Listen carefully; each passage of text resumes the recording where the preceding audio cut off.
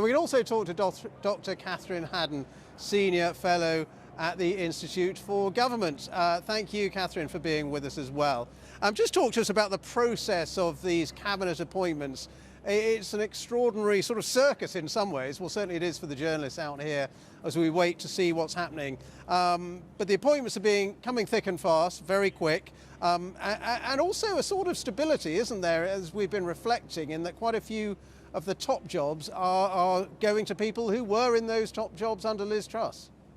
Yeah, and a certain amount of stability is really important because, I mean, we've all been talking about it with the amount of churn that's been going on in British government lately, multiple changes of Home Secretary, obviously returning to the Home Secretary who left a week ago over a security breach is already proving a bit of a controversial choice. But in other cases, definitely important that there is stability. People will be focusing on the Ministry of Defence and Ben Wallace staying there, and also Jeremy Hunt as Chancellor, which seemed quite likely given what has happened over economic policy to get Rishi Sunak into the job. Behind the scenes, though, I mean, this is quite a rapid series of appointments, certainly compared to Liz Truss's only 7 weeks ago.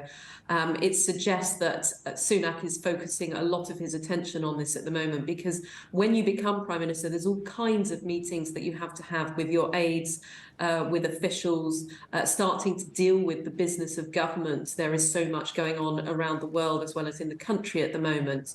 So the sort of, the getting people through the door and having the conversations with them, having them cleared by proprietary and ethics team, the Cabinet Office team who help organise this, and then good communication with the palace. These are all crucial for getting a sort of steady stream of appointments through. And it suggests that we should have a full cabinet later this evening, hopefully not too late this evening, possibly for a new meeting or a first meeting of this new cabinet, not that different from the old cabinet, tomorrow morning, perhaps.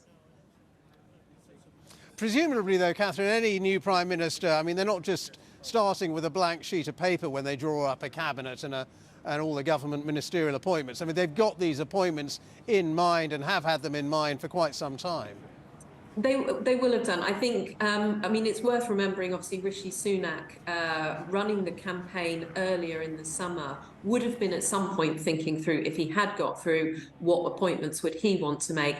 To some extent, though, a lot of that's had to go out the window because so much has changed. He's also having to inherit this cabinet. He's having to make choices about bridging across different parts of the Conservative Party that he might not have thought about back when he was trying to win it the first time around. But he has help from other people. There's a whiteboard that sits in the Cabinet Office with all the names of the current ministers to help him sort of shuffle people around and make sure that no important posts are forgotten. That becomes even more important in the coming days when you start appointing or reappointing all of the more junior ministerial positions and making sure that every brief is covered.